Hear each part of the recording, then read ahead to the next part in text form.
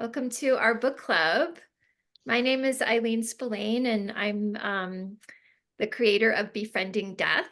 And we've got Leslie Streeter over here, who is so kind to give us her time tonight to share a bit about her book, Black Widow, which was funny and sad, which we were just, oh, I love it. I love it. Yeah. So, oh, everyone's got their copy. I love it.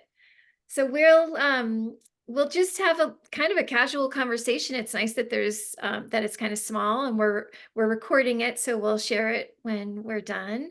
But yeah, so we'll just have a conversation first, but at any time, if you want to put a question in the chat, feel free to do so, and then we'll also save some time at the end for us to pick Leslie's brain. So I'm going to put you on speaker view there. So Yeah. yeah, so before we started, Leslie and I we were chatting quite a bit and just checking in on where she is since the book has been published back in March 10th of 2020, which if some of you remember, that was like kind of the calm before the storm. And and I just thought of it and thought, well, what a lovely time for the book to come out, because as a nurse, I just think of all the people who died suddenly and didn't anticipate that, and what that this book was a great resource. But Leslie was just telling me she had this whole lineup of, going to the Today Show and promoting the book and sharing all about that. So that did not happen. It happened online. Yeah.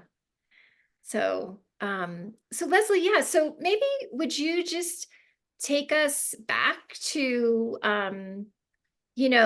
way before, like when you were first introduced to Scott, and because Um, I think this book you really fall in love with Scott.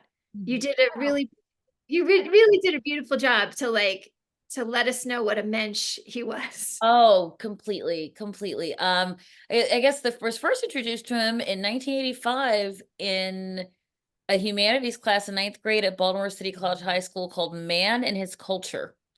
Or as one of my teachers used to call it, Man and His Vulture. Um, and there was a guy sitting in front of me, and he had really dark, wavy hair, and he wore a leather jacket. He thought he was a Beastie Boy. He and his friend had like this Audi hood ornament they used to wear around a chain. They shared it because they could only afford one. And if anybody is for anyone from Jacksonville, Florida, if you are, I will say that that guy is now a TV anchor in Jacksonville, Florida. But anyway, so he was just this goofball who was really cute, but he was like, he drove a Camaro. He was very much an 80s cliche. He like gambled in the hallway. His mother years later was very upset with us because our New York Times wedding announcement included the detail that he had a hallway business, which was gambling in the hallway. And she was like, "Yeah, I have to," because she was like, all her life she could imagine having a son who had a New York Times wedding announcement, and then it's like, and he talks about gambling, which I thought was hilarious. 'Cause that was him. But we knew each other vaguely. We had a couple classes together. Um, but when he went to college, the same college that my sister went in. I don't know if anyone's from Maryland, but I went to University of Maryland, which is a great big school, and my sister went to St. Mary's College of Southern Maryland, which is a very tiny school, and a bunch of people from my high school went there. It's about 2.5 hours away from us, and so she would say, "Remember that guy Scott from high school?" I go, "Yeah, whatever." And she's like, "Oh, he's running for student council. That's great. Oh, he's got a radio show. He's hilarious." And I'm sure at some point in the 3 years that she went to school with him, because he got there a year later, I'm sure that at some point we went to the same party or we walked by each other. The campus wasn't that big, but it was didn't really make a dent. I knew who he was. So fast forward to 2008, our class is putting together on Facebook, because Facebook's a big new thing. And we're like, oh, we can plan our high school reunion for 2009, which was our 20th reunion, class of 89. And we could do that on Facebook.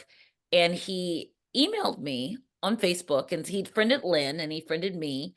And he said, "Hi, I don't know if you remember me, but I've been back and forth between Boca and Baltimore. Boca is very close to West Palm Beach, where I was living at the time. I was actually in Lake Worth, but it's just south of West Palm. And he said, "When I come back, I'd love to take you out for a drink." I was like, "Whatever." And so he did, and he was super cute. And I thought, wow, okay. And then we hung out as friends for a while, and then something just clicked. And that was us for Mm, the next 6.5 years. mm. Yeah, and your religion and your upbringing kind of was a big part of your dating life. And you weren't quite sure how that was going to work with Scott, right? I was not, what's so funny is, and I say this in the book, it's like, we those differences, yes, I was black and he was white, and I was Christian and he was Jewish, but also being raised in a place like Baltimore and going to the same high school, we kind of had the same understanding of some things, and we had the same understanding of like sports and what the wire was and was not, and we understood each other in a way where the differences were really like, they were questions, but they weren't really obstacles. They weren't like sharks and jets. It was more like, this is something that we're going to have to figure out if we're together.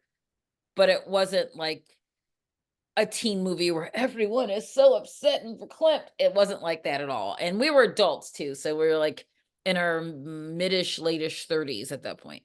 Yeah. Yeah. And your family, you were hesitant about sharing that with your family. And then they kind of liked him a little bit more than they liked you, even at some They point. did. They did, because I wasn't sure. And like I said, my sister and I were twins.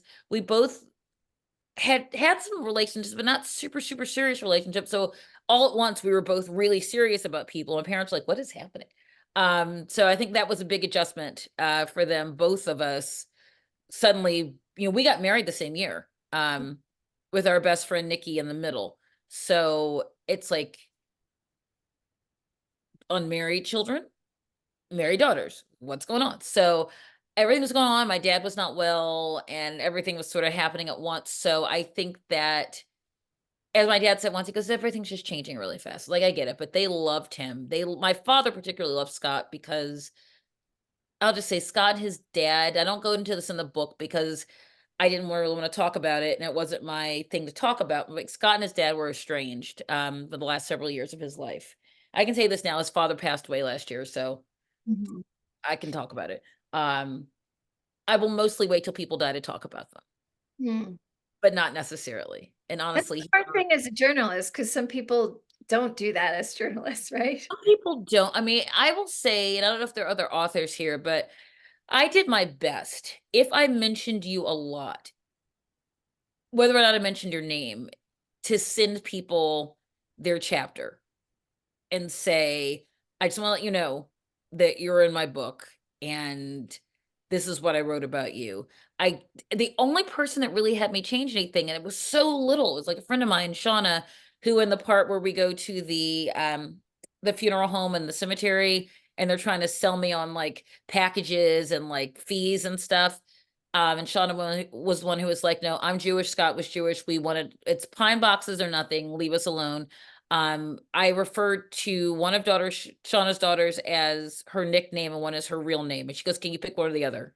Just because it flows better." I was like, "Okay, no, Uh-huh. no skin off my nose." But um, it was just one of those things where I thought, first of all, I didn't. There were a couple people in Scott's life who I was not real fond of, who things were going on. So I was like, I didn't even want to give them the credit for being in the book. So like, I mentioned his dad Mhm. as his name, and his mother, and I mentioned his mother more. And then she died like 6 months after we got married. And then we stopped speaking to him 6 months after that. So there was no reason. So a couple people know, "Oh, why wasn't Sam in it more?" I'm like, who Mhm. knows?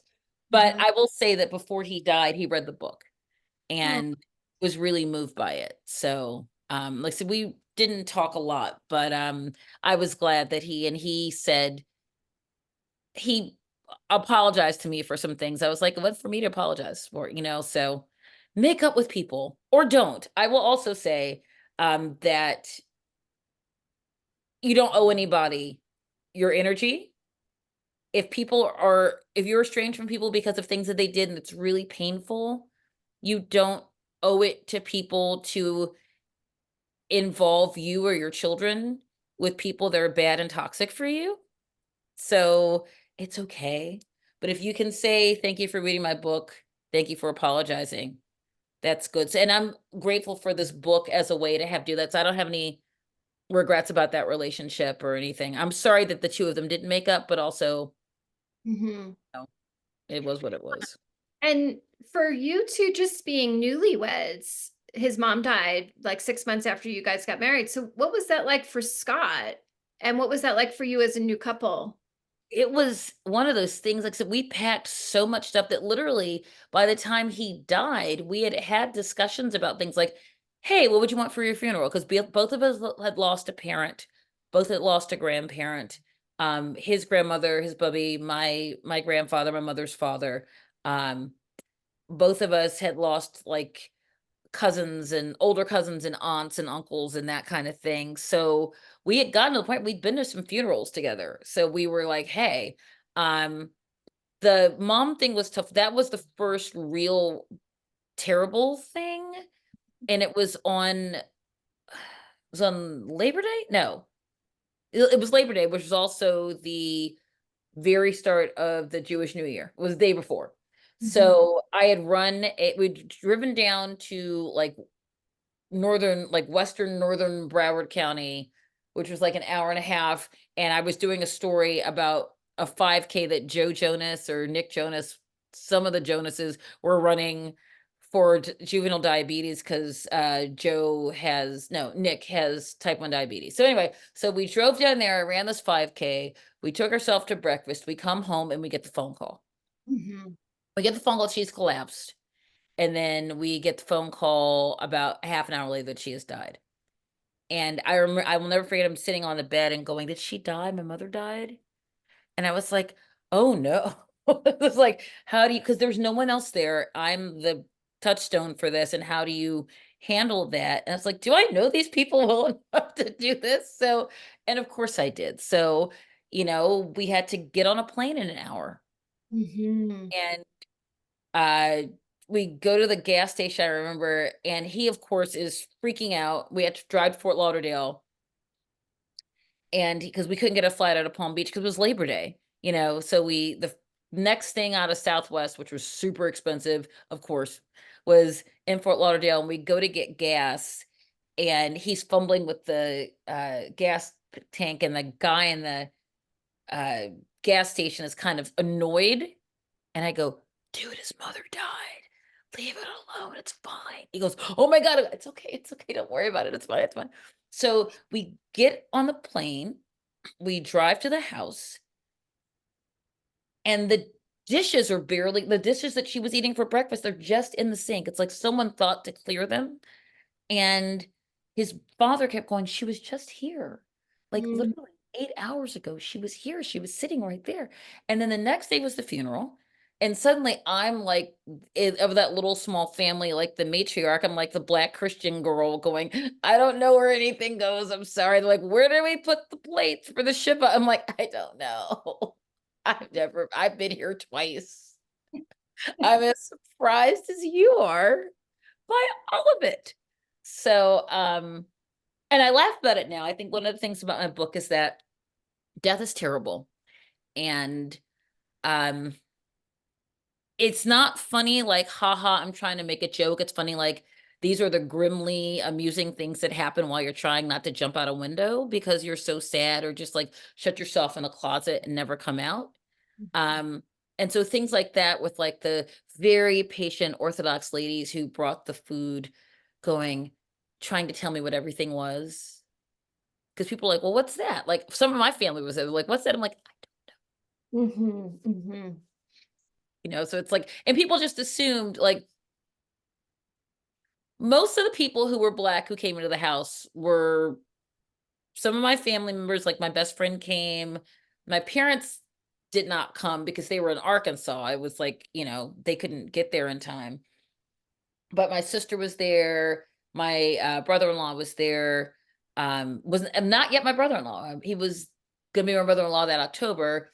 some of my other friends came or whatever, and then a couple of Scott's friends came who were black, and people were like, "Is that your family?" No, that's he's one of his. The lady who was one of the housekeepers, it was awkward because his older aunts were like, "Have you met Clara?" And I'm like, "Yes, older lady, they're calling by her first name. That's fine. Whatever. That's great." They're like, but it was a distraction.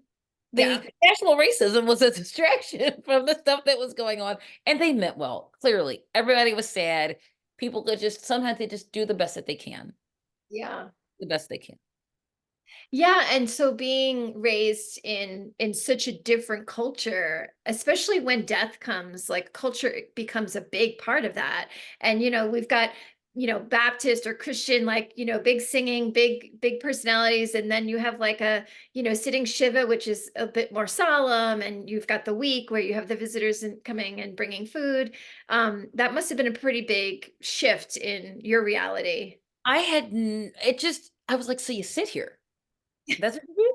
And so, like, they would let us, like, because people came and it was the holiday, and it literally the holiday weekend for everyone, Labor Day, and then, the Jewish New Year and everything starting. So, and the people were fasting, and it was a whole like, what is happening? So people were come for like Shiva, but the people who were Orthodox couldn't eat after the first day. So I'm like, what is happening? So there was all this food, because food is a language of, when Scott died, everyone kept bringing food over, and my friend Libby, who's my very best friends, was afraid that I was gonna get sick of her checking on me, so she would come over every day under the guise of seeing what the new food was. I just wanted to see what they dropped off today. What's Yeah. today? What's to eat? And like we had friends coming in and out. She'd say, "Oh, I'm just here to see so and so," and she'd go, "It's like Uh-huh. I know it's fine," but just the the solitude of it, although there was a lot of people in and out, but just the act of, we were wearing black the whole time. I remember, I guess, like the third day, his dad was like, if you guys, I'll be here if you guys want to get out of the house for a little bit. So we went to the mall, we walked around the mall, and it's the middle of it's like early September. So no one's wearing a black suit or a black dress walking around Towson Town Center in Baltimore. But we were, and we're like this mixed race couple holding hands, dressed like we're on the way to an insurance conference or something, and people are just looking at you like, "Don't worry about it. It would take too long to explain." Mhm. But I appreciate it so much, the ritual of it. Like when he died, he had a friend that he used to work with who formed a had enough people, tried to find enough people to form a minion, and to come and do the Kaddish and stuff. It was very beautiful. Like I said, my family's tradition is a lot more. You go to the funeral, go to the wake, everyone makes a lot of jokes and pretends the person's not there. And the next day, you have family visitation, everyone talks about the limos and how hungry you are. And then you have the funeral, and people sometimes, like my grandmother's funeral was last April, and everybody was like mostly chill. There wasn't a lot of that. That's not the crazy part of the family. It was like, ah, it's fine. But then you eat. And then, whatever. And Scott had when my dad had an open casket, and so did my grandfather. And Scott was like, "Why?" I'm like, "That's what we do, dude." So I knew he didn't want an open casket, which is not traditional for Jewish people anyway. So, like I said, we'd had an opportunity, sadly, to talk about some of Mhm. these things, and him to appreciate the verbal outpouring of emotion, not the wailing. The wailing, he was the wailing and the we didn't have he didn't go to any of the, "Oh Lord Jesus, oh Lord," no. He didn't go to any of those funerals. Those were from my I've been to a lot of those funerals, but he was like, "What's happening?" At my and it's in the book, my grandfather's funeral, he was a pastor, and they had a mime ministry, Mm. which is like, it's not like, I'm in a box, it's the like interpretive dance, but the ladies are, their faces are white and they're wearing like gloves, and it's very dramatic. And he was like, "Do all your funerals have mimes at them?" I was like, "No, they don't." He didn't know. Right, of Like course. that's new for me too. Actually, I Yeah. hadn't been to a mime funeral either, but Yeah. yeah. So, Leslie, you just referenced Libby, and there's a line in your book that says, "I turned out to be smarter than I thought, but that's never a thing you want to have to test." And you had you had a lot of resources. It Mm. seemed like you had people, really authentic people that you could be yourself with, show up for you. I could never have gotten through this without my village, which included my mom and my sister who were down within 3 hours of me calling them. 3 or They were 4 in they were in Baltimore and you were in Florida. Well, my sister was in Annapolis, which is pretty close to the airport. My mother was in Little Rock, which was not as a direct flight. So, they both got to me within as close as I guess he was, I think the thing happened at 3. I think he was pronounced around 4:30, got home from the hospital, almost at airport, hospital around like 7. And then I think my sister was there at 11, and my mother was there at 1. Wow. So, yeah, people just showed up and, like, uh, my friends from around, who were within driving distance showed up, people from my office showed up, people were like the house was not in the best condition that day because baby, Of whatever, course. and so people around cleaning things. Um, my best friends, Nikki and Melanie, one from Texas. Nikki lived in Texas. Melanie lives in Baltimore. She's lived there first. I live about a half mile from her now in Baltimore. Um, they were there within a day.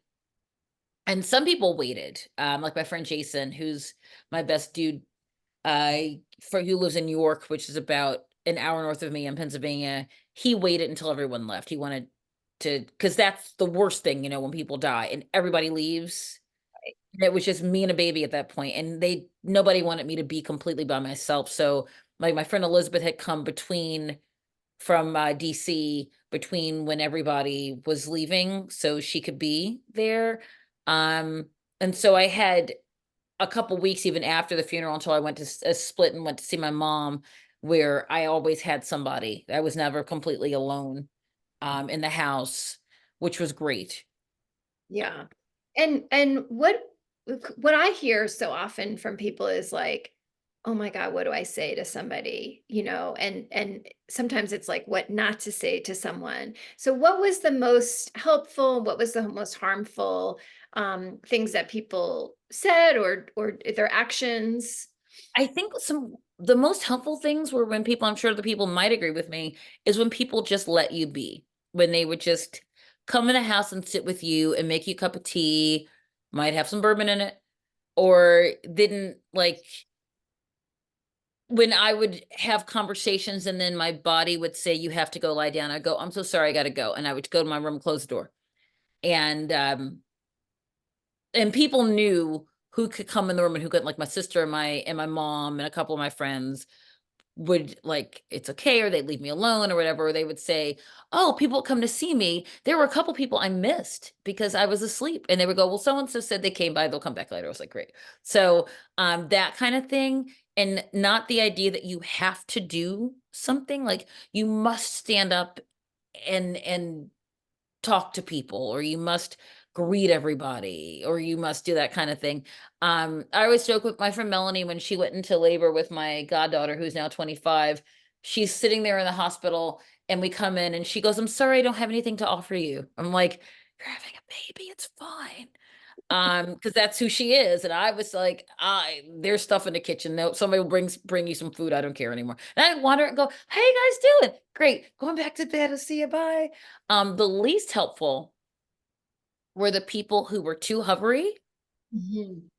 and who didn't know me well enough to know that's not what I wanted. Mhm.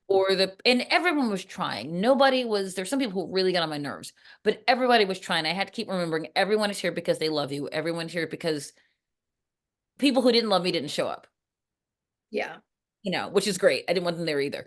Um, but people who said, "Can I curse?" Of course you can. Yeah. I People thought who you were asking that was a question from somebody else. Yeah, no, this is full, no one's There you filtering go. any. People who said shit like,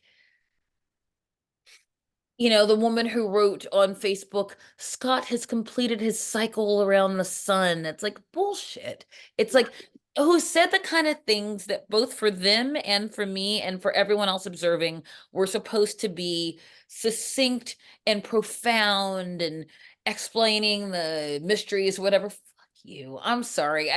That doesn't help anyone because like he's in a better place. No, he should be here with me. That's the place you should be in that in his recliner watching Hawaii Five reruns. That's where he should be. And so because that's about look at me, I said a profound thing.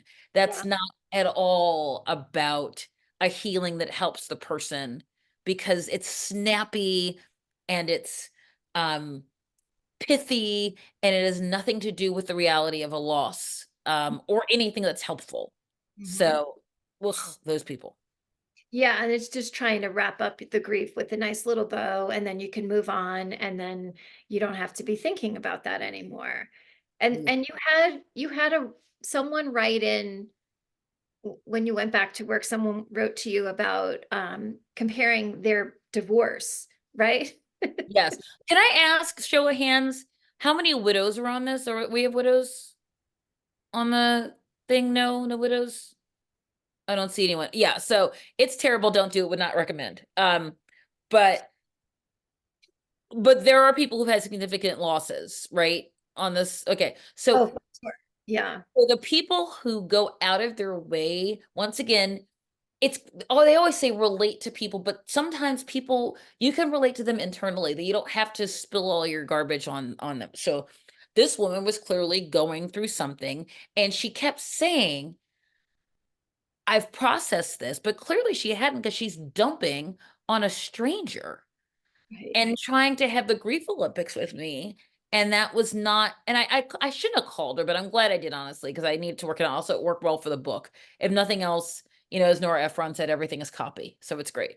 But that she was really having trouble. And it goes back to what you were saying, that she felt the lack of support.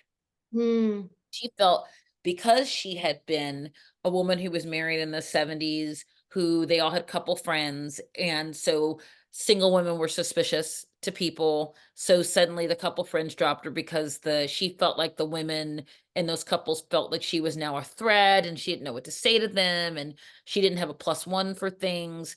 And so she felt that she did not have support. So she was very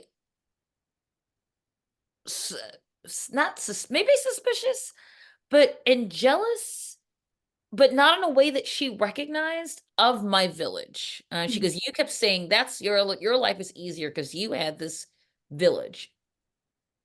And I was like, "I'll tell you, dude." And when I said to her, "Listen, I understand that you feel this is worse because this person used to love you and they don't. And so my husband loved me till he died. But however, you said that there's no chance you want to get back together with your husband. Absolutely not.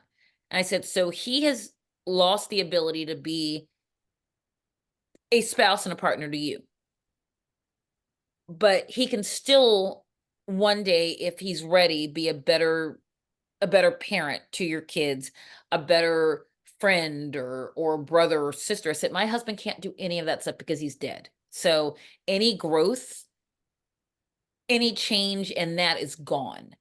And I think she kinda got it, but she didn't wanna get it Hmm. Hmm. because she Yeah. had been holding on to it for so long. Yeah. And I really do hope that she had some healing from that conversation. I don't know, I never talked to her again. Yeah. Yeah, I know that that is a thing for some people who their life before the death is often coupled. And, they're just like they're okay maybe for a phone call, but not getting invited to dinner. And it's something for us to remember when we have loved ones or friends that lose someone to be Yeah. inclusive. I remember my parents being very inclusive to that. So for you, was that a thing? Or you had your young Really, I mean, single mom? everybody continued to reach out to me. My friends, Libby and Adam, we used to do stuff with them. But they lived down the street and they're, one of the 87 sets of Brooks's godparents. So they continued to invite me to things.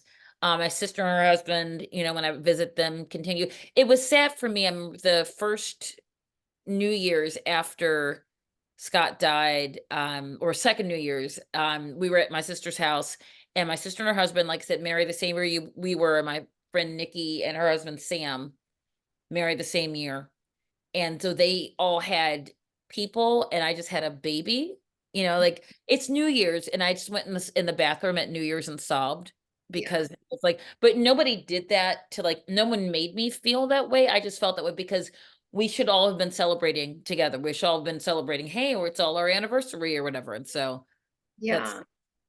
Yeah, and it's interesting for you to be a twin and to be getting married the same year, and you also went through the grief of infertility. When you and Scott were trying to get pregnant, and then your sister gets pregnant, has the baby, your dad gets to meet her son, right? So was that a grieving period for you too, or not? it was, but, like, is it everything was so wrapped up together, I felt like we would have, like, brief moments, like, "Okay, no one died" literally, like, "No one died this month." Okay, so that's great, and then, like, nothing's traumatic. Because like, my father literally got to meet my nephew on his deathbed. I mean, literally, and I think about that, that seems the most unfair thing, and I hate ugh, but my sister, I had to realize, had to go through the joy of her child and the death of my father all in the same 2-week period.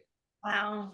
And so her grief was very profound because she felt guilty sometimes about being joyful about my dad, about my nephew who was amazing and honestly saved all of our lives because this beautiful new life was here and we had something else to focus on. But my sister was like everything together was together.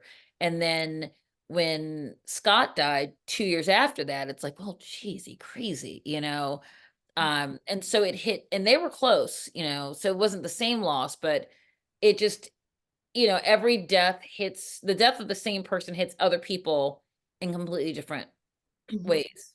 Yeah. Mhm.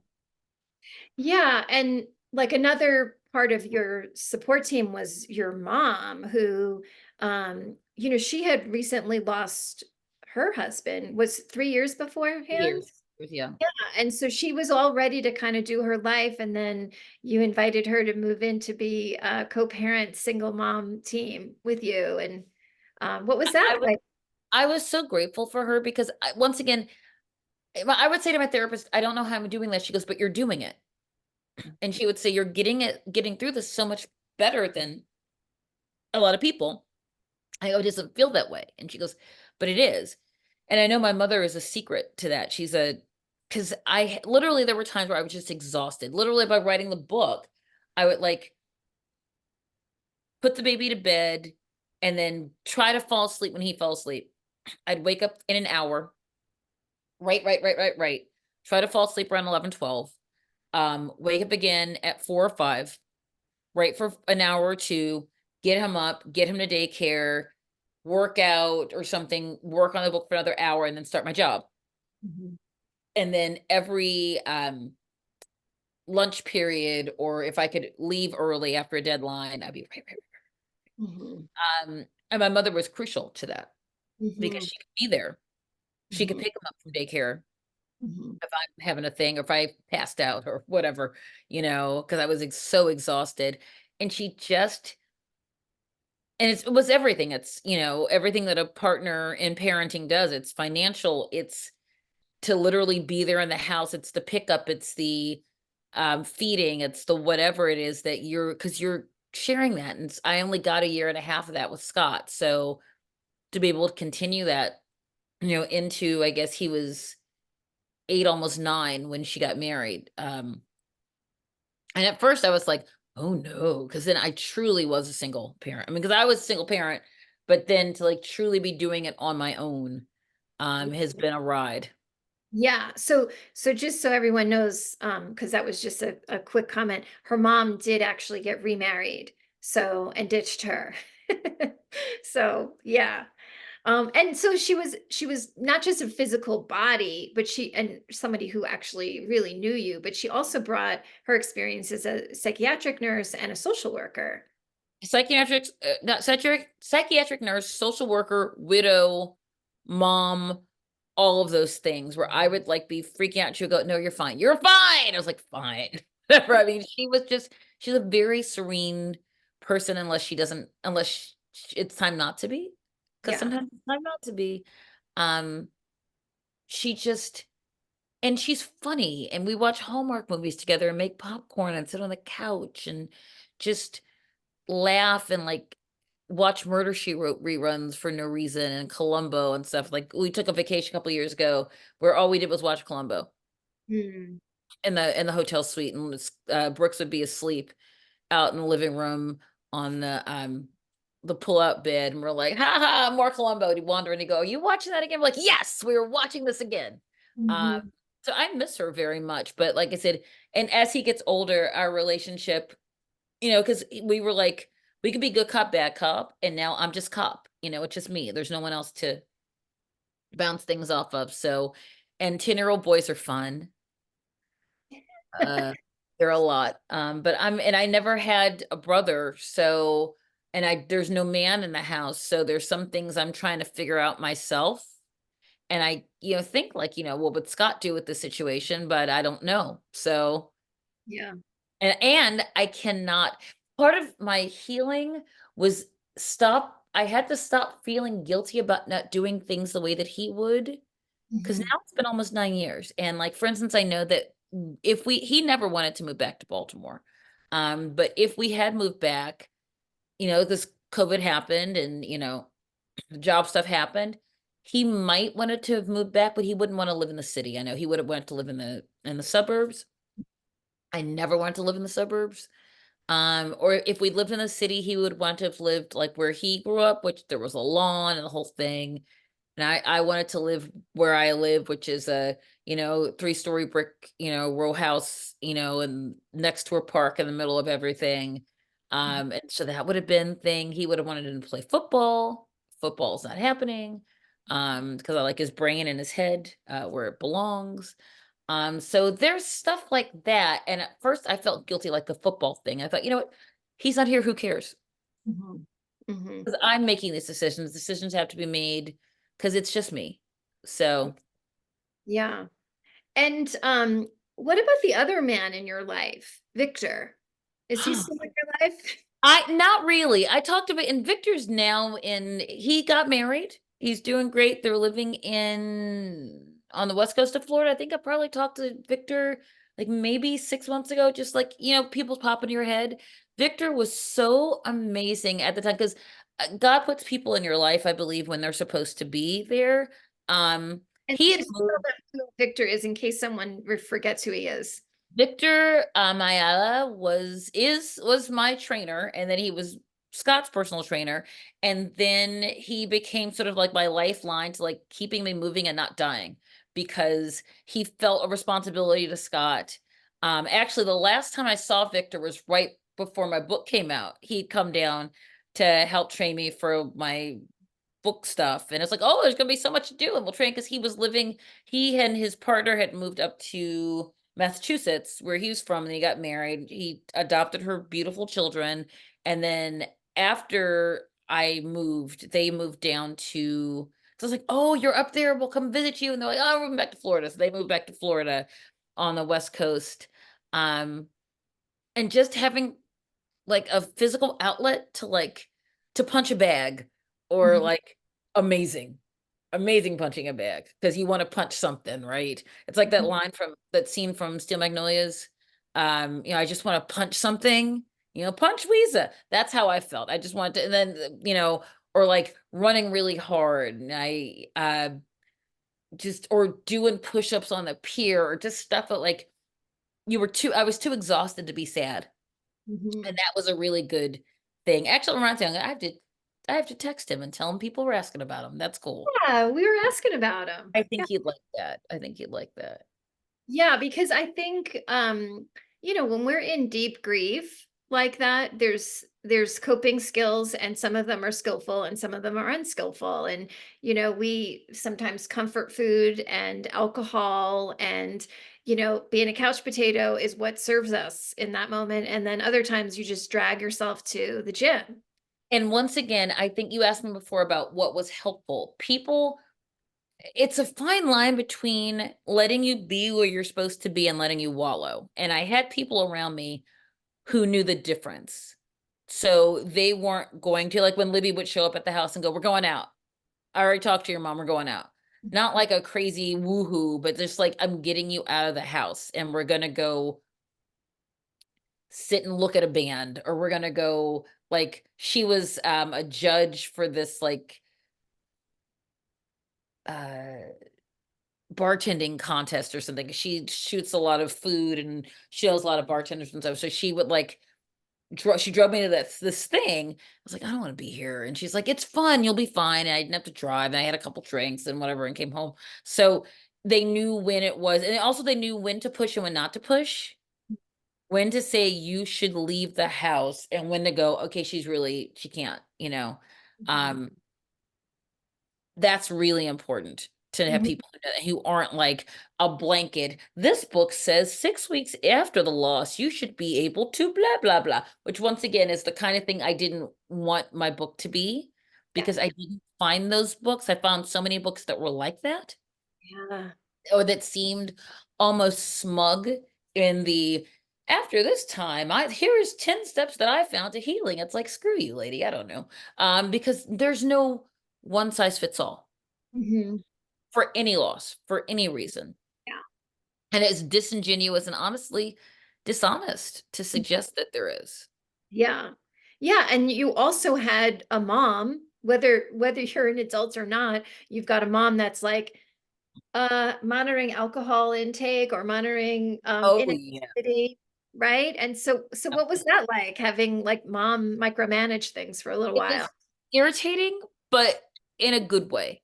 In a Yeah. good way, because my mother has always been I know I'm going to give you advice that you don't want, but I'm going to give it to you anyway because this is what you need, not in I'm in your business, but in I'm speaking from a place of love and also a place of therapeutic healing and from a place of you look like garbage stuff, all of those things.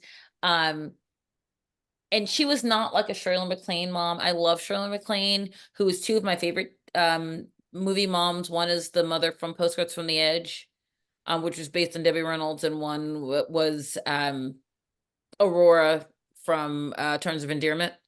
Oh my God. When she says get the keys, because back then we locked up narcotics, and I know that because Yes. the keys were a thing. And it was like if you were the nurse holding the keys, you better go get those keys to the nurse. But Give my daughter the shot. Give my give daughter. it a And shot.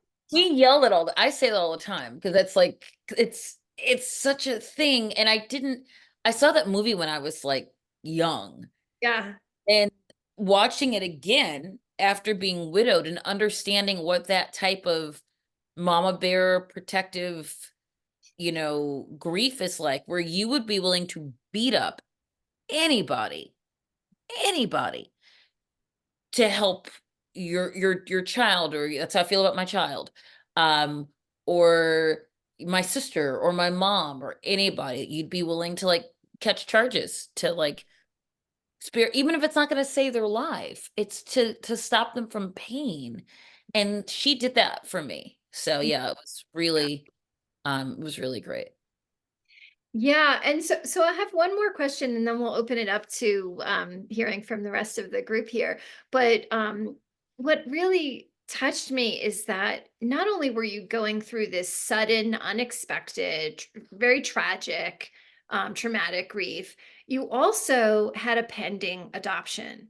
Yes, And yes. you were like still being evaluated. So like you couldn't really just let things go and just do what No. kind of look the part and keep the house the part. And yeah, so what was that like? It was, once again, there'd been so much loss and change and stuff that I felt like this was just one more thing. Because it felt like if you zoomed out too much, it would be so tragic and so terrible, and the timing would be so awful that it would just sometimes feel impossible to do it. And I thought, I have to do it. I've got this kid, he's our kid, and I've got to keep this going. So, like I said, we had a visit that was scheduled during the couple days after his death, and the social worker was so nice, and she came over, and she didn't even come in the house. She's like, "Can you just bring him outside so I can take his picture?" And I was like, "You kid who has no idea what's going on. You're a year and a half. Come here." Okay, go back, whatever. Um, and so everyone was super. The third or fourth phone call from the hospital, from the emergency room, was to the um cell phone of one of the social workers in Maryland, which was, my husband just died. You have to help me keep my kid. Mm, Um, and so many people, like his best friend, Jason, who is in Baltimore, and we see, like, came to one of the hearings here because we had to, come up here to do it because it was an interstate thing between Florida and Maryland because he was born in Maryland and then we were living in Florida. So we had to have a set of social workers down there. And then we had the social workers up here. And it was just, there was so much going on. And I just felt like I have to do this. I have to do this for Scott. I have to mm, do this for us. And I just couldn't get it wrong. And also, it just became one more thing, one more reason to keep going and not fall apart. mhm. Yeah. Yeah, and then you also had a, like the flight didn't take off or something like that. Oh man, it was one of the day of the, I don't know if, I guess you have, most of you read the book, that literally we got, my mother is not a timely person. She's not a person that is often on time, but I was like, we have to make this flight. And it was the first flight, it was like at 7 or something. And so I was like, we got to be at the airport early. And so as we were loading into the Uber, I got a phone call from Southwest, this thing that said, oh, what's this? It's like, your flight has been canceled. I was like, I don't know what that means. So it's like, literally already in the Uber. Let's just go. So it's dawning on me because I'm on the phone with Southwest and no one's answering. It wasn't just my flight, it was all the flights. There was a system outage. Everything was, unfortunately, certainly past COVID. Well, we're not past COVID, but past the lockdown. Southwest does this all the time, unfortunately, but hadn't happened before that we knew of. So we're getting there and sitting in the thing and realize that no one's flying. Everything is just screwed up. And trying to talk to the guy and not being hysterical and saying, we have to get a flight, and him sending us to Fort Lauderdale, which was like 45 minutes away, but we had to go home. And Brooks was all excited. He was 2, no, he's 3. And he's like, plane, we're not getting on the plane. We're like, well, it was like, plane. It's like, okay, kid, pull it together. And it just, all of it, we were so tired, just so tired and so exhausted. Um, I'm surprised nobody like drove into a bus or something because we're like, Mhm. well, also the adrenaline is keeping you going and Mm, we got the very last flight out of there because we would have missed it if we hadn't gotten that flight. We would not have gotten to Maryland in time to get to the adoption, which yeah, is freaky. totally. Everything's riding on that. Yeah. Everything. Yeah, We it's got not them. this forgiving court system, you know. Yeah. No, and we're stuck in traffic and they're calling us. We're like, we're going to get there. Just- And Yeah. literally another family went in front of us, like, let the other family go. They'll be fine. Yeah. Right. Well, we've just talked quite a bit, so let's hear from some of you. I know a lot of you enjoyed the book, and maybe just raise your hand or virtually or physically, and feel free to chime in, comments or questions, whatever. Yeah, Patricia. Oh, hi. Um, hi. I really enjoyed your book, and I just am wondering how your little guy is doing. Is he growing and doing well? He's 10 years old, which is so crazy. Because again, when I was talking to someone in a pre-interview for a podcast that I'm gonna do in a little bit, and because people find this book when they find it. So to them, he's still 3 years old. And he's 10. And he's tall. Well, he's tall for him. He's not never gonna be really, really tall, but he's tall for him. He's all legs. He's hilarious. What were we watching just now? There's this like Rob Lowe game. We love game shows because it's something we can watch together. That's not Mhm. about like, soccer, which is his thing, or Law and Order, which is my thing. So it's like game shows are great. So we're watching like this game show, this Rob Lowe show called The Floor, where you have to like get like name all this stuff on a board or whatever, and like you get, and it's a whole thing. But one of the categories was flags of countries, and it was exciting because he got so many of them right. And it's Wow. something he's studying in school in 4th grade. I'm like, look at you. He's like, South Korea, Australia. I'm like, what? It's great. So it's this, he's so fun. He's also a pain in the butt because he's 10, Mm. but he's really fun. And we're buddies, which is not to say I'm also his mom. So it's not this like we're pals. It's like I'm not a regular mom, I'm a cool mom. We don't do that. Yeah. Because you can't, because then you lose um the not the high road. You lose authority if like it's all everything's equal and we're just whatever, but we are buddies. Yeah. Great Oh, kid. that's good. That's nice to hear. Yeah. Thank you. And is that his namesake behind you? The Oh, Baltimore. well, actually, this is Cal Ripken. Oh, But okay, there's so much. Okay, that's Cal Ripken. There's a Brooks. Where is Brooks? There's a little Brooks statue someplace that's usually on my pardon me, on my thing where I keep my earrings. But this is Earl Weaver, late Orioles manager. There's Orioles stuff everywhere.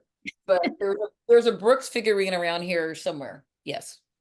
and Cal Ripken, he was famous for the home run or grand slam or something. He was famous because he was the Iron Man. He had the longest consecutive streak. He broke Lou Gehrig's record for basically coming to work every day.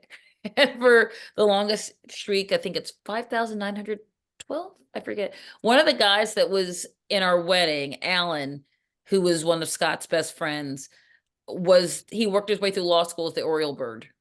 So the famous shot of the Oriole leaning over in at Camden Yards and replacing the number was Alan. Oh, wow. Amazing. Trivia. Yeah. Yeah. Anyone? Yeah. Who's got a comment or a question? Leanne, I know you love this book. You must have a burning thing to say. Well, I guess first of all, Leslie, I would just love to say how much I loved your book. And what I really appreciated is that you read your audiobook and I felt like I knew you. You're so just so special. I just feel like you're just so real, and I feel like you're sitting in my living room and we're just having a glass of wine together and chit chat. And I really, really appreciate that. And I felt it from the beginning. So I guess my question, two questions would be, what's your relationship with Scott now? And my second question is, well, and this comes from, I'm grieving a 25-year-old marriage. It's gone. And we're amicable, but it's a weird grief. It's a really weird grief.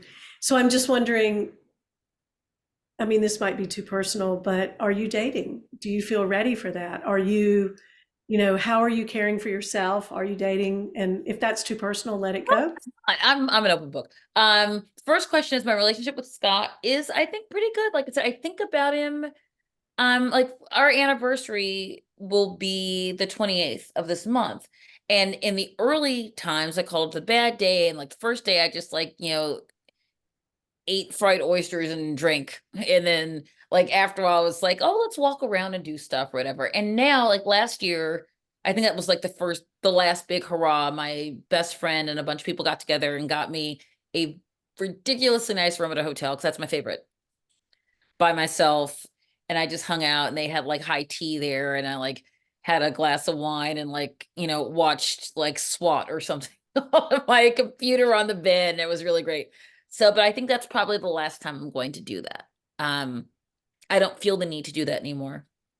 Not because he's not always special. That day will always be bittersweet for me, but I feel like I laugh more. I mean, I laughed anyway because we laughed all the time. Whatever, but it's a much less stressful and sad thing. I focus on that was a great party. We had such a good time. It looked so cute. That was really great, and I just think about him a lot. Like I said, when I do decisions I make for Brooks or dealing with his best friend and I talk all the time. We text all the time. His brother and I, one of his brothers and I are very close. His aunts, his cousin Kenny, the one who played the songs at the funeral and did the Jefferson sing along, lives in Fort Lauderdale.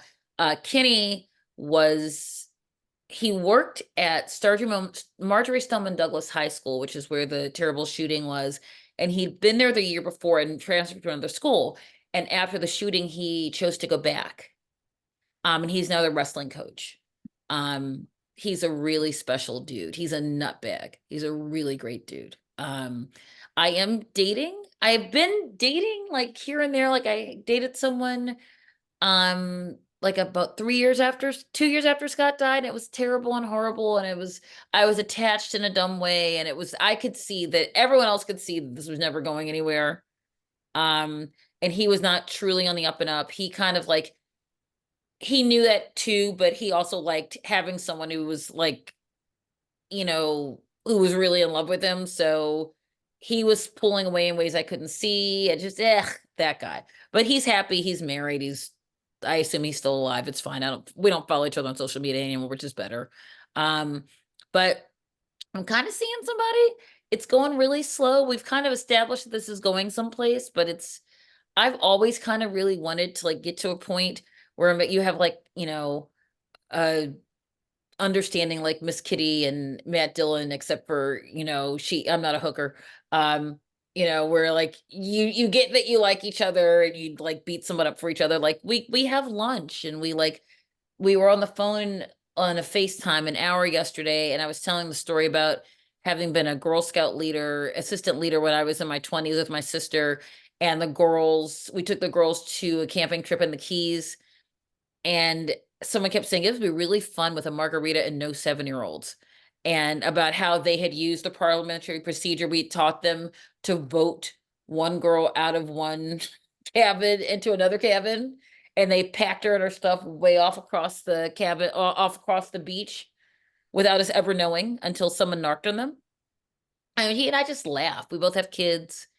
We both have a son each. And he's just cute, and he's not anything like Scott really, which is great. And also he's like Scott in the ways that I like he's funny, but he's not like a big sports guy. He's more into music. Um, Scott was bald. This guy he's like a white guy with dreads, which was like, huh, what's that about? He's really nice, and I like him. So I mean, I don't think I ever want to get married again. I'm not interested in that at this point. Particularly not until like 7 years from now when Brooks is out of high school or whatever. I'm not really interested in like having anybody live with us or like it's nice to have a father figure. I'm not interested in someone else doing that. I'm not interested in merging my money with anyone else.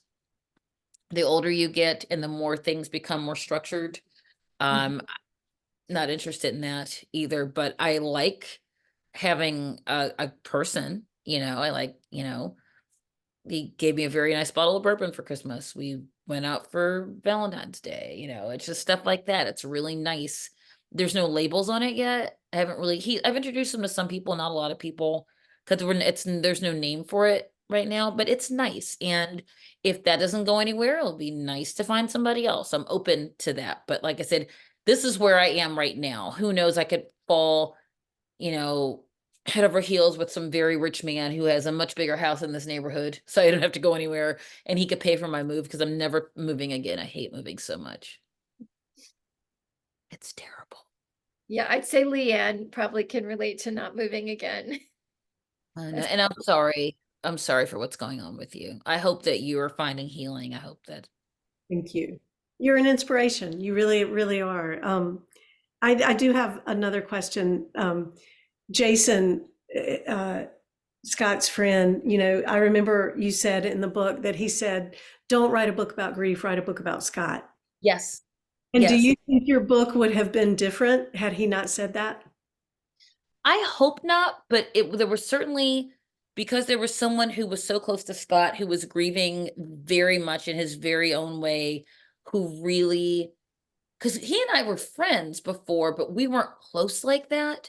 And I think in a lot of ways, things that he would have said to Scott, he said to me, like, look what's happening in General Hospital, or I can't believe the Ravens picked that guy, even though I didn't get all that. The General Hospital stuff I didn't get all the other stuff, but he just needed someone to talk to, and someone who was living in the same house. So, hi, person, now you're answering the phone.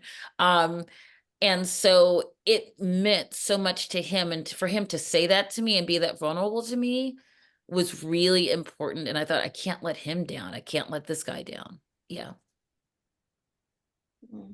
I'll have another person I'll have to tell someone asked about. Yeah, fill them in. Absolutely. Marilyn, go ahead and ask your question. Yes, I just wanted to know how you came up with, or why you came up with the title Black Widow.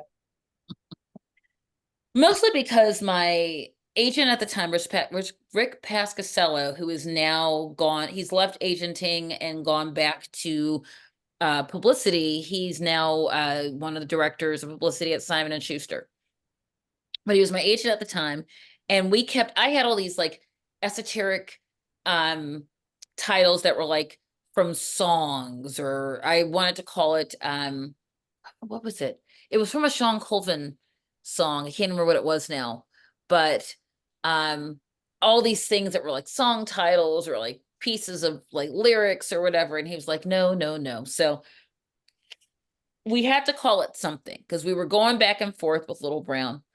And I said, with my publisher, and I go, Black Widow, just as a joke, as a placeholder. And he emailed me right back and he goes, I know you're joking, but this is actually funny. And I went, okay. And it hit exactly the mood that I wanted to hit, which was yes, it's about widowhood. It's literal. I was black and a widow, but also from that title, it's instantly irreverent. It's instantly like this is not ultra serious, and it's playing a little with haha black humor. And then I wrote out that very long subtitle, the sad funny journey, blah blah, and I thought someone's gonna say no to this, and no one ever did. I got pushed back on so much, but not from that, and I went, oh, okay. So it worked. And it's exactly what it's about.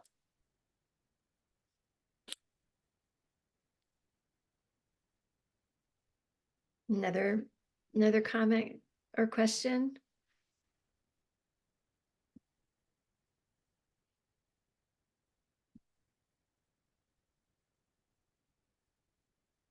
Ask me anything, really. I'm pretty much an open book at this point. Also, it's like 9:05 here, so the later I get, the more loose I get, probably. So Well, I've got another question. I'm just thinking of the people who's here in the group who might be shy. For those just like dealing with grief, grief of a spouse, grief of a child, grief of a grandchild, or today actually is the anniversary of my father's death. Oh, Um, wow. which was 8 years ago, which he lived a very full life, very happy life, and was sick when he died. So there wasn't a tremendous amount of trauma or grief. I mean, it was more like he lived a good life, and we were sad. But I'm just curious, like, what what's your sense of how you live with grief? I've heard like you carry it with you. It never goes away. It's something that you adjust, but sometimes there's a bit more space where like now you don't need to go to the hotel at the anniversary. Like, could you just maybe share a little bit about that?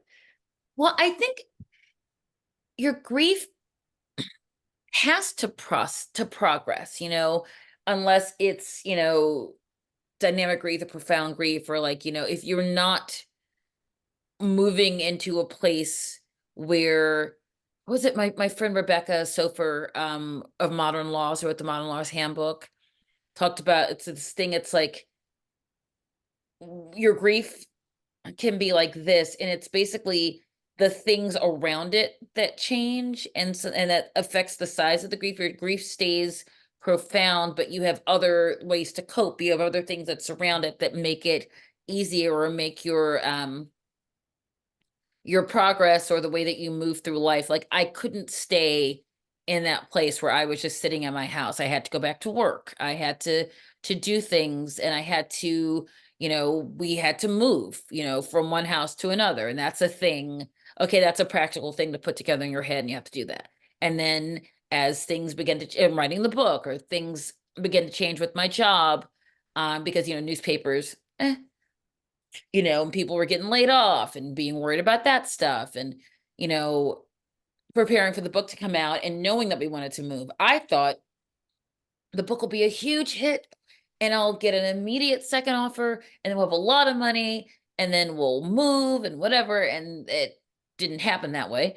But having to make a decision to move, like Gannett bought my paper, and we immediately started having layoffs and stuff. And then we had, during COVID, for April, May, and June, we had 1 week furloughs, unpaid furloughs a month for 3 months. At the end of the third, it's probably not wise because, you have less money. You're working for free for a week. I went up to Singer Island, which is about an hour-ish north, 45 minutes-ish north of West Palm Beach. And I was there for a couple days by myself. And then I said to my mother, please bring Brooks. And they came and we stayed on the beach. And every day I'd wake up, go on Priceline or Hotwire and see what the price of the day was, and go back down to the staff at the Marriott, which was lovely, and say, Rikimi, I'm staying another night. So when I finally left, they're like, are you really leaving? I'm like, they're like, come back. Like, no, I have to leave. But making that decision while I was there, I was preparing to be on the Today Show with David Kessler. We were on together, and we were talking about, like, people grieving during COVID who may not have been able to go to funerals or that kind of thing. So it wasn't really about the book, but they showed the thing of the book, which was nice. And I got to talk to Hoda and what's her name? Jenna. It was lovely, lovely people. Just so nice. But making those decisions and calling couple, like the guy who was my financial advisor, and a very close friend of ours, Eric and Diane, the Jewish couple who were friends of mine, who kept inviting us to the meals over the time when Scott was alive. And then after, they kept including us in things. And Eric is like a mortgage advisor. So I called him from the beach. I go, you're going to yell at me. He goes, what?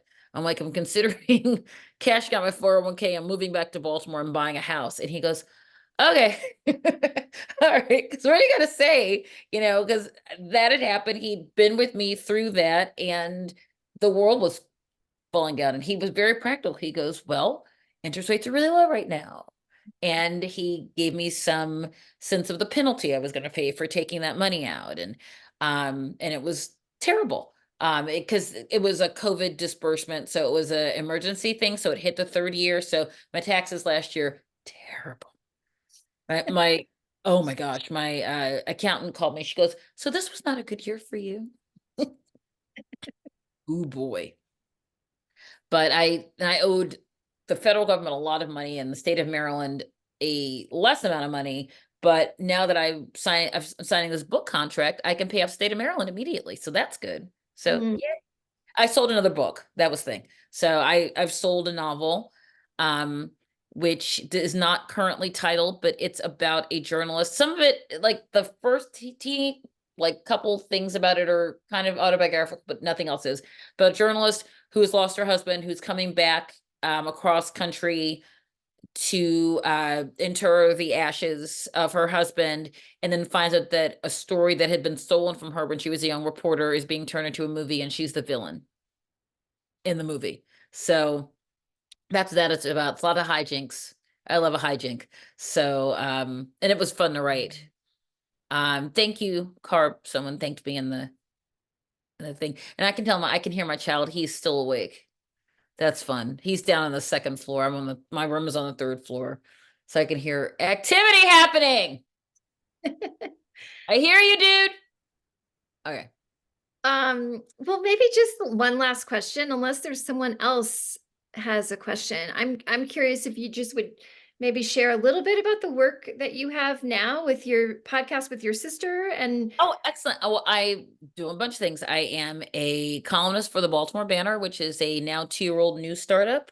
It's all digital. So I get to be a columnist in my hometown. It's like thing that's growing, which is great. I have a podcast with my sister called Fine Beats and Cheeses. That's about like goofy, cheesy, or guilty pleasure pop culture. And we ask people every week, like, pick a thing that's cheesy that you love and tell me how can you defend it. Like we've done recently Grease 2.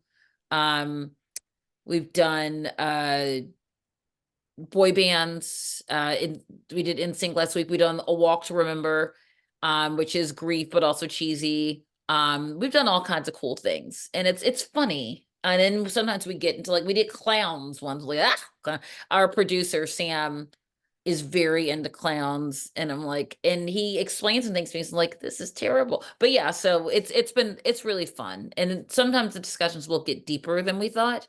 But that's how kind of like how my writing is anyway. So Right.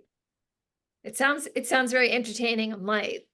it is, and it's everywhere. As I say, where you find your podcast. So it's on Spotify and Apple Music and all that stuff. So please check it out. It comes on Tuesdays. It's myself and my twin sister Lynn Streeter Childress and our friend Sam, who's our producer. If you guys, we actually have like people that some people may know, like my friend Jonathan Sheck, who among other things was the lead. He played the lead singer in That Thing You Do. He's from Baltimore. He's super cute. We did Roadhouse because he was in the sequel to Roadhouse nobody saw. My friend Laura Lippman, who is a very well-known mystery writer, she's the one who did Grease 2, that'll be on soon. Um, Lori Kilmartin, who is a comedian who used to write for Conan O'Brien, Judd Winnick, who was on The Real World. And there's some people that I can't tell you, but who have promised to be. There's someone who is very well known. I'll just say he hosts a popular news magazine program that is on television. And he claims he's going to be on there in a couple weeks, so we'll see if that happens. He's been hard to, and there's another person who's on CNN who has claimed they're going to be on. We'll see. He's yet to sign a thing, so we'll see what that happens. But Fun. Awesome. Well, thank you, Leslie, so much for your time. I really appreciate Uh, getting to know you and having you just share I a little bit more. I am so grateful for this book, and I know that sounds very much like I am grateful for me. It's not like that though. I'm grateful that this book, like I said, because everything about it and the way that it came out was completely different from the way I thought it was going to be. This whole idea of this book tour and, being on these TV shows and going to festivals and all that stuff. We had all the stuff set up like through the fall. We'd set up and it just went bloop, bloop, nope. Um, but that it's found people who needed it. And I've been able to like, even like in the thick of it, like Mr. Kessler invited me to do one of his calls with all these people who were grieving, who like literally in the first couple months couldn't go anywhere or see anything. Although I met a guy who was older, lived in New York, whose wife had cancer, but she did not die of COVID. I think she died right before everything went crazy. And he said that he was grateful for the shutdown because he didn't have to go anywhere. Because like people would say, oh, when his wife first died, oh, come visit us in Florida. And everybody wanted to take care of him and come over. And he was not that kind of person. He was like, I want to be in my solitude in my little apartment. Yeah. My kids will come visit when I want them to. So he was like, it's great. I don't have to talk to anybody. I'm like, and only people who have lost people understand that, because I think so many people would be insulted by that. Like, how dare you? You want to be alone, or are you okay? Or should we send someone to find you? Or like, is it like, are you depressed? It's like, of course I'm depressed, but also this is how I process. And he got to process how he processed. It was a illness, so he'd expected it, and it just happened. He goes, she was gonna die anyway, so her dying now kind of made it better because now I can like be in my solitude, and if I need to find people like this group, I will find people. And that was like, so I was grateful to, like you said, that moment that people could process grief in a really concentrated way, because what else were you doing? There wasn't, you couldn't go nowhere. So yeah, I'm grateful that the book has continued to make a difference and find people. So Yeah. Yeah, go ahead there, Jessica, and unmute. Well, Uh, I went through I'm still grieving. I lost my brother. I'm so sorry. Thank you. Your book was really wonderful though, because it made me laugh, it made me cry.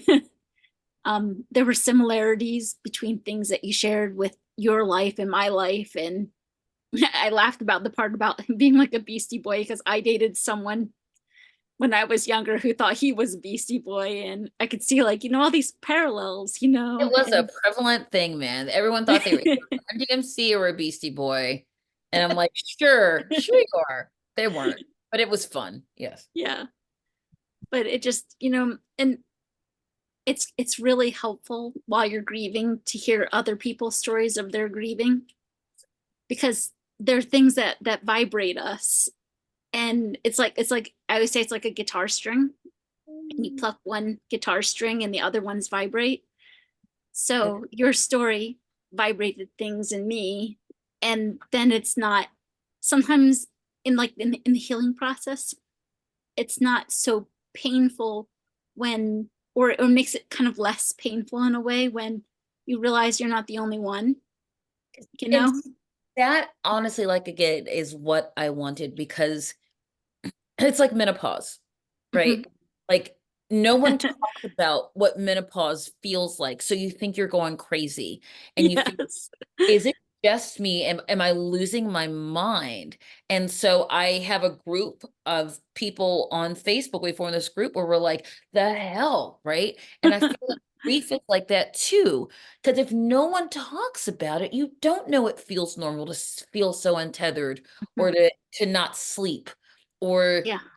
gain weight or lose weight, or whatever. You just think that you're the only person, because we're, as a society, are lousy at talking about so many of these things about parenting Yeah. in a judgmental way, or the things that you get wrong about, friendships or whatever. And grief is a part of that continuum, that so many people, that everybody will lose somebody at some point. And if we don't talk about that, we don't understand those vibrations, because we feel like we're just weird, right? And I don't want to feel weird. I want to feel like the things that I went through help somebody else. And you want to feel like the other people on this phone call, like the things that you go through losing your brother, that someone else, you got to go through this pain, that maybe something else resonates with someone else. And it only happens if we talk to each other about it. Yeah. So Then we're not compartmentalized. It's like it's you get to integrate and bring things together and it's make things healthy. whole again. Yeah. It's healthy. So, And on your time, not in a, once again, and then at 5 months. That's why I remember talking to David Kessler, and he said, so you kind of think the stages of grief are bullshit, do you? I go, yeah. And I felt really Yeah. bad because he rewrote the book. I was like, sorry. But I mean, not that you don't go through those things, but that, and it wasn't her fault. It wasn't the author's fault or his fault that people felt that these were linear things, that you're, it's like going through stages and Weight Watchers or some shit, where you're like, it's not like that. And I think that for people who were sold, because once again, we want the package experience so we can move on to the next thing, because we're Americans and we feel like it's supposed to be a thing that you get through. It's a course you take and then you're fine. And at the end of it, presto changeo, you're happy and everything is great. And so the way that the stages of grief have been sold to us is, you go through this and then this and then this and this, and at the end, acceptance. Yay. but they And don't go in order, and they might come and go at various places and just whack you, and they whack you. You thought you got to stage 4, and then grief 3 comes back. Stage 3 comes back and slaps you in the head, and then you're sandwiched between 1-7, and then 1 comes back in. And sometimes you feel like you're at 15 and you're like, no, you're at 2 again. Yeah. And that happens. And that was really depressing to know that this was going to keep happening. It's like, because no, I've gotten through this. It's like losing weight. You lose weight and then you go back, and then you're like, here I am again. And it gets harder to do it again. And you go back and forth. And that's just what life is like. That's just life. So thank you so very much for sharing and putting it out there, because it really touched me. Thank you. Again, I'm very sorry for your loss. Thank you. I'm sorry for your loss too.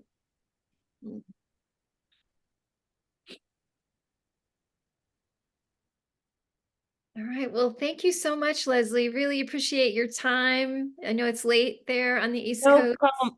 I'm going to put my email just for you guys. If anyone has any questions or anything. Oh, sorry, that's at Gmail. I Okay. went way too late, too early. Boop. And also you can find me at Baltimore Banner, where I do sometimes write about grief as well. That's the website of my the publication that I write for. So Great. Perfect. awesome. So we'll keep in touch, everyone. And like I said, thank you so much. It's so, I hate using the word brave because people go, oh, isn't Julia Roberts brave for leaving the house without makeup? Ugh, it's like brave is being this kind of vulnerable and being this kind of like aware of the healing that you need to do to actually do something about it. So I appreciate it. Hmm. Yeah, it is. It's brave. It's all brave. It's brave writing the book. It's brave showing up. It's brave even asking a question or sharing that you're experiencing a loss. Yeah. So happy to create the forum for that. Thank you guys. You guys have a great night. Yeah, you too, Thank you Liz. for having me. Yeah, happy to have you. And if anyone wants to stay on, I'm just going to make a couple of announcements about what we've got going on with Befriending Death here. We're doing a little bit more on our Befriending Death community. I know some of you are part of that, not everybody. So I'm just going to open it up here and then do a little screen share just to show you what it's like. If you go to that link that says community, it'll take you here, which is part of the Befriending Death website. It's just right at the top. You have community, and it just shares a little bit what it is. It's right now it's free, and you would just click join now, and I will just take you there to show you a little bit about what it is. So we've got like a home page. We've got members here. You'll see all these people who are part of our crew here. We've got 83 members now. And if you go to the home page, you'll see like our friend Justin put in a comment. He's currently in Let's Chat About Death. So he's taking it for the second time. So he was just reflecting on the music, and he put in a couple of different songs. So that started another thread. And we're going to have, for the month of March, we're going to have Thursday meditations at varying different times. So those are offered freely for the month. We're just trying different things out. And then in the chat, there's also the last one is an April grief group poll. And I know some of you have already responded to that. We're going to offer that as a trial for the month of April. Just trying to get a feel for what the community wants, what the community needs. And we want to know if you're interested in a grief group, what time of day works for you. So feel free to have a look at that. And really happy to see you all here today.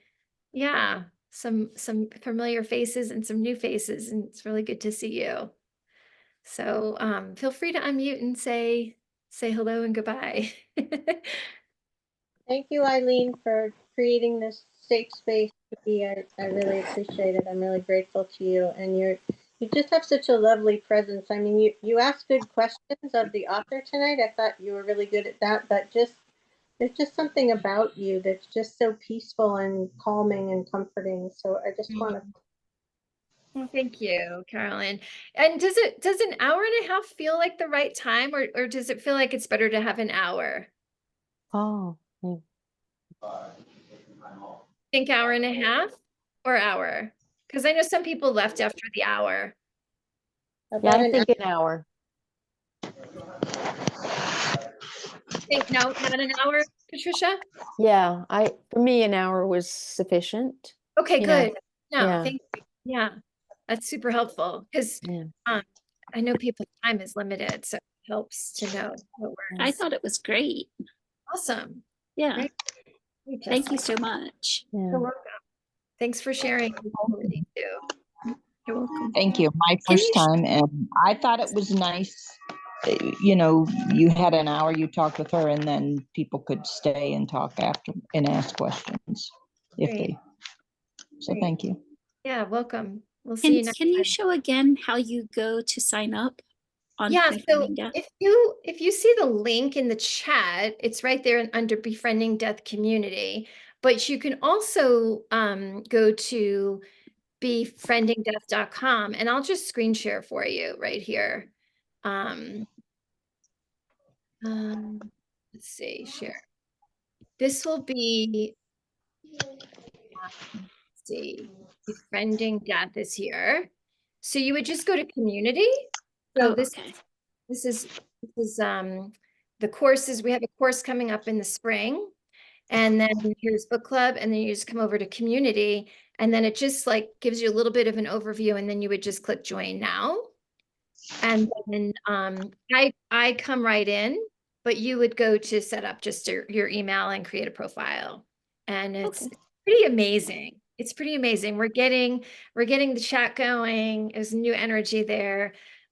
It's been taking a while because my technological skills are very remedial. So it's taken me like a year to get things going. So it's all a work in progress. I have to say, Eileen, you are navigating that website like nobody's I am. I have done some homework. Yeah. It's good to see you, Eileen. I know, I miss you. I miss you too, although I do like our other Eileen. We call you Eileen S and she's Eileen T. So, but I can say one day I knew you when. Yes. You're growing so fast. It's great. Really Yeah. happy for you. Thank Yes. you. Thank you for tonight. Yeah. Yeah, happy to have you here. Yeah. Great to see you. Thanks, Patricia. Yes. And hello, Leanne. Good night, Leanne. Good night, everyone. Night. Night. Thank you so I'm much. gonna leave now. See you. Thank you. See you soon. I'm glad you came. Hi, Dana. Glad you came. Hi, Diana. Hi, Marilyn. And thank you so much, Leanne. Yeah, Yeah, absolutely. Leanne, you asked great questions. I loved Oh. your questions. Good. Yeah. Thanks. See you later. All right. Have a good night, everyone.